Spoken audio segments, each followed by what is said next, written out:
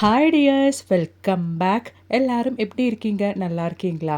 இன்னைக்கு நம்ம வீடியோவில் நம்ம பார்க்க போகிறது இன்றைய காலகட்டத்தில் எல்லோருக்குமே இருக்கிற மிகப்பெரிய ஒரு பிரச்சனை தான் முடி உதிர்தல், டேண்ட்ரஃப். அது மட்டும் இல்லைங்க, சீக்கிரமாக முடி நரைச்சி போகிறது அப்படின்றது, அதாவது ப்ரீமெச்சூர் கிரே. அது மட்டும் இல்லைங்க, வயதுனால வர நரைமுடி கூட சீக்கிரமாக இந்த மாதிரி நீங்கள் செஞ்சிட்டிங்கன்னா நாம் இருக்கிற இடம் தெரியாமல் போயிருங்க. அது மட்டும் இல்லைங்க, அதுக்கப்புறமேட்டு 85 வயதானாலும் ஒரு வெள்ளை முடி கூட உங்கள் தலைமுடியில் இருக்காது.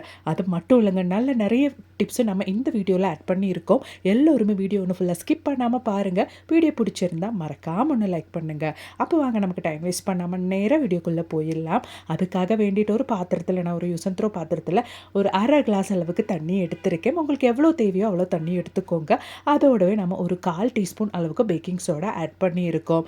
இனி நம்ம நல்ல ஒரு நறுமணத்துக்காக வேண்டிட்டு கம்ஃபர்ட் தான் எடுத்திருக்கேன். உங்களுக்கு எந்த ஃப்ரெக்ரன்ஸ் பிடிக்குமோ அதை எடுத்துக்கோங்க.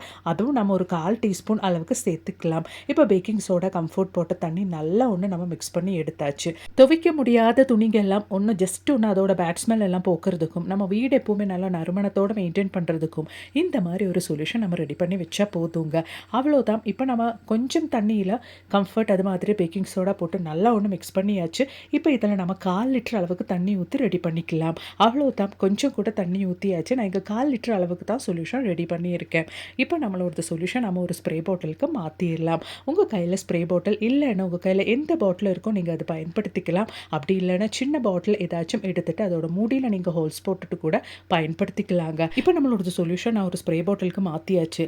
ஒன்றும் இல்லைங்க, ஒரு 100 விஷயத்துக்கு இல்லைன்னா ஒரு 100 கிளீனிங்க்கு இந்த ஒரு சொல்யூஷன் நம்ம பயன்படுத்திக்கலாம். நம்மளோட ஷோஃபா, இந்த மாதிரி குஷன் பில்லோஸு, இதெல்லாம் நமக்கு அடிக்கடி நமக்கு துவைக்கிறதுக்கோ க்ளீன் பண்ணுறதுக்கோ ரொம்பவே கஷ்டம். இந்த மாதிரி குஷன்ஸ் எல்லாம் பிரத்யேகமாக நமக்கு வாஷ் பண்ணுறதுக்கே முடியாது. அந்த மாதிரி இருக்கிற குஷனுக்கு மேலெல்லாம் இந்த ஸ்ப்ரேஸ் நல்லா நீங்கள் ஸ்ப்ரே பண்ணிவிட்டு ஒன்று வெயிலில் வச்சுக்கலாம். அப்படி இல்லைனா நல்லா ஒன்று தொடச்சி எடுத்தால் கூட போதுங்க. நம்ம வீட்டில் இருக்கிற பெட்டுக்கு மேலே இந்த மாதிரி நல்லா ஒன்று ஸ்ப்ரே பண்ணிவிட்டு வெயிலில் வைக்கலாம். அப்படி இல்லைனா நல்லா காய்ச்ச துணியெலாம் ஒன்று தொடச்சி எடுத்தால் கூட போதும். இல்லைனா ஃபேன் கடியில் நீங்கள் போட்டு விட்டால் போதும். நல்ல ஒரு நறுமணம் எப்போவுமே உங்கள் பெட்டில் இருக்கும்.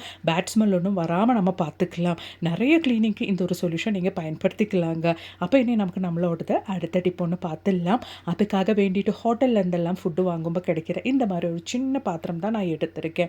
அதில் ஒரு சின்ன கைப்பிடி அளவுக்கு நம்ம அரிசி சேர்த்துக்கலாம். அதாவது அந்த பாத்திரத்தில் 3/4 அளவுக்கு அரிசி சேர்த்துக்கலாம். இப்போ நமக்கு தேவையானது கிராம்பு தாங்க. கிராம்பும் அரிசி மேலே நம்ம இந்த மாதிரி ஒன்று குத்தி விட்டுக்கலாம். நான் ஒரு 4 கிராம்பு அரிசிக்கு மேலே வச்சாச்சுங்க. இப்போ நல்ல ஒரு ஃப்ரெக்ரன்ஸுக்காக வேண்டிட்டு நம்ம கம்ஃபர்ட் கூட ஊற்றிக்கலாம். நான் இங்கே ஒரு 1/4 டீஸ்பூன் அளவுக்கு கம்ஃபர்ட் அந்த அரிசிக்கு மேலேயும் கிராம்புக்கு மேலேயும் ஊற்றியாச்சு. அதுக்கப்புறம் இந்த மாதிரி ஜஸ்ட் ஒன்று நம்ம ஷேக் பண்ணி விடும்போது அந்த கம்ஃபர்ட் நல்லபடியாக அரிசிக்குள்ளே போயிடும். அவ்வளோதான். இப்போ நம்ம அந்த பாத்திரம் க்ளோஸ் பண்ணிவிட்டு அந்த நறுமணம் நல்லபடியாக வெளியில் என்ஹான்ஸ் பண்ணுறதுக்காக வேண்டிட்டு நைஃப் நல்லா சூட் பண்ணி இந்த மாதிரி க்ரோஸாக நம்ம வச்சு கொடுத்தா போதும்.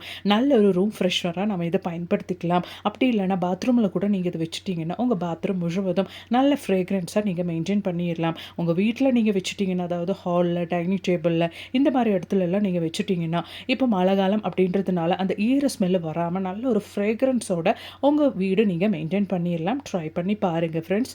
அப்போ இனி நமக்கு நம்மளோட அடுத்த டிப் ஒன்று பார்த்துடலாம். அதுக்காக வேண்டிட்டு நான் ஹோட்டல்லேருந்து ஃபுட்டு வாங்கும்போது கிடைக்கிற இந்த மாதிரி ஒரு பாத்திரம் தாங்க எடுத்திருக்கேன். சாதாரணமாக இதெல்லாம் நம்ம ஏதோ ஒன்று ஃப்ரிட்ஜில் ஸ்டோர் பண்ணுறதுக்காக பயன்படுத்துவோம். இப்போ நல்ல ஒரு வால் டெக்கராக தான் நம்ம இதை பயன்படுத்த போகிறோம். அது எப்படி அப்படின்றத பார்த்துடலாம். அதுக்காக வேண்டிட்டு நான் இங்கே டபுள் சைடு செல்லோ டேப் தான் எடுத்திருக்கேன். உங்கள் கையில் நல்லா ஒட்டுற டேப் ஏதாச்சும் இருந்தால் நீங்கள் அது கூட பயன்படுத்திக்கலாம். இப்போ 4 சைடும் டபுள் சைடு செல்லோ டேப் கொஞ்சம் எக்ஸ்ட்ரா இந்த மாதிரி நம்ம எடுத்து வச்சிட்டோம்னா அது நல்லா ஸ்ட்ராங்காக வாலில் ஒட்டி நிற்கும், சிவரில் ஒட்டி நிற்கும்.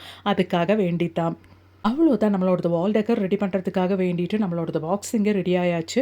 இப்போ நாம் வாலில் இந்த மாதிரி ஸ்டிக் பண்ணிவிட்டு குட்டி குட்டி இந்த மாதிரி இருக்கிற ஃப்ளவர் வைஸ் எல்லாம் அதில் வச்சுட்டோம்னா பார்க்குறதுக்கு அவ்வளோ நல்லா அழகாக இருக்கும். பிரத்யேகமாக நம்ம ஒயிட் கலர் இந்த மாதிரி பெயிண்ட் பண்ண, க்ரே கலரில் பெயிண்ட் பண்ண வால் எல்லாம் வச்சுட்டோம்னா நல்லபடியாக அது பார்க்குறதுக்கு அழகாக இருக்கும். கண்டிப்பாக ட்ரை பண்ணி பாருங்கள் ஃப்ரெண்ட்ஸ். அப்போ இனி நமக்கு நம்மளோட அடுத்த டிப் ஒன்று பார்த்துடலாம். அதுக்காக வேண்டிட்டு ஒரு பாத்திரத்துக்கு நம்ம அலோவேரா லீவ்ஸ் தாங்க கட் பண்ணி போட்டுட்டு இருக்கிறோம். அதை நல்லா வாஷ் பண்ணி பண்ணி க்ளீன் பண்ணிவிட்டு எடுத்துக்கோங்க. அதுக்கப்புறமேட்டு நமக்கு ஒரு 1/2 டேபிள் ஸ்பூன் அளவுக்கு சியா சீட்ஸும் தேவை. அதுவும் நம்ம அது கூட போட்டுக்கலாம். முடி உங்களுக்கு ரொம்ப உதிருதுங்களா, உங்களுக்கு டேண்ட்ரஃப் தொல்லை இருக்குங்களா, இந்த மாதிரி ஒரு முறை நீங்கள் செஞ்சு உங்கள் தலையில் அப்ளை பண்ணி பாருங்கள். அதுக்கப்புறமேட்டு நீங்கள் முடி வெட்டி வெட்டி சலிக்குவீங்கங்க. அந்த அளவுக்கு நல்ல ஒரு ஹேர் க்ரோத் உங்களுக்கு பார்க்க முடியும். இப்போ நம்ம சியா சீட்ஸ் கூடயும் அலோவேரா கூடயும் தண்ணி ஊற்றிக்கலாம். நான் இங்கே பெரிய கிளாஸ் அளவுக்கு 1 கிளாஸ் அளவுக்கு தண்ணி ஊற்றியிருக்கேன். இதை நம்ம லோ ஃப்ளேமில் போட்டு குக் பண்ணி சின்ன கிளாஸ் அளவுக்கு குக் பண்ணி எடுத்துக்கணும். நல்லா லோ ஃப்ளேம்லேயே போட்டு குக் பண்ணிக்கோங்க. அதோடவே ஒரு 1/2 டீஸ்பூன் அளவுக்கு நம்ம வெந்தயம் கூட சேர்த்துக்கலாம். அதோடவே ஒரு சின்ன கைப்பிடி அளவுக்கு நல்ல ஃப்ரெஷ்ஷான கருவேப்பிலையும் போட்டுக்கலாம்.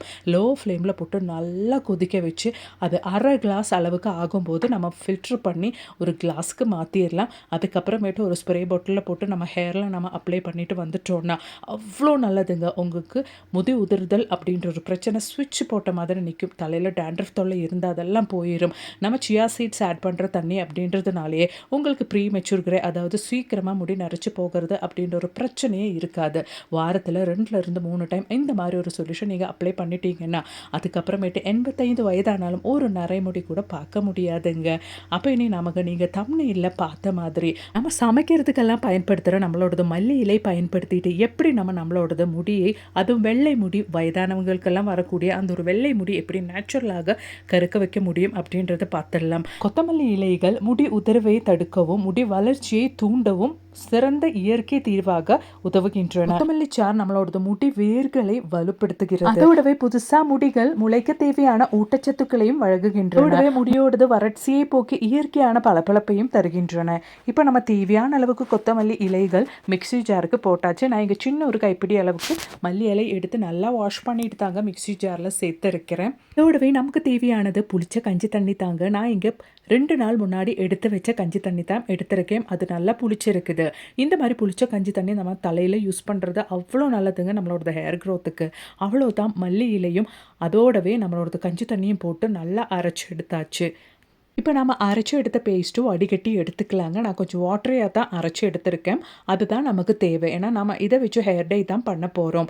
இப்போ நம்ம அரைச்சி எடுத்த அந்த ஒரு கொத்தமல்லி இலைகள் கஞ்சி தண்ணியும் சேர்த்து அந்த ஒரு தண்ணியில் நம்ம இப்போ ஆட் பண்ண போகிறது பிளாக் ஹென்னா தாங்க. நம்ம ஆயுர்வேதிக் கடைகளில் இந்த மாதிரி பிளாக் ஹென்னா, கெமிக்கல் இல்லாத அமோனியா ஃப்ரீயான பிளாக் ஹென்னா நம்ம கேட்டோம்னா நமக்கு கிடைக்குங்க. அந்த மாதிரி பிளாக் ஹென்னா யூஸ் பண்ணும்போது நம்மளோட முடிக்கு எந்த பிரச்சனையும் இருக்காது. நிறைய பேருக்கு இந்த ஒரு ஹேர் டை செய்யும் போது, அதாவது முடி கருப்பாக்கிறதுக்காக வேண்டிட்டு டை செய்யும் போது அது தலையில் அப்ளை பண்ணால் முடி நல்லா ட்ரை ஆகுது, முடி உதிர்ந்து போகுது, டேண்ட்ரஃப் தொல்லை எல்லாம் இருக்குது அப்படின்ற பிரச்சனை இருக்கும். இந்த மாதிரி நம்ம பிரத்யேகமாக தயார் பண்ண ஜூஸில் நம்ம ஹேர் டை செய்யும் போது அந்த பிரச்சனையே இருக்காது. அதோடவே நம்ம இங்கே எடுத்துருக்கிறது நெல்லிக்காய் பவுடர் தாங்க. நான் இங்கே ஒரு 1/4 டீஸ்பூன் அளவுக்கு சேர்த்துருக்கேன். நம்ம எடுத்த இன்க்ரீடியன்ஸுக்கு தகுந்த மாதிரி ஒரு 1/4 டீஸ்பூன் அளவுக்கு சேர்த்துருக்கேன். நீங்கள் எவ்வளோ குவான்டிட்டி எடுக்கிறீங்களோ அதுக்கு தகுந்த மாதிரி நீங்கள் நெல்லிக்காய் பவுடர் எடுத்துக்கோங்க. நீங்கள் பிளாக் ஹென்னா, நெல்லிக்காய் பவுடர் இதெல்லாம் வாங்கும்போது நல்லா குவாலிட்டியான பவுடர் வாங்கிக்கோங்க. அப்போ தான் நமக்கு அவ்வளோ ரிசல்ட்டும் கிடைக்கும்.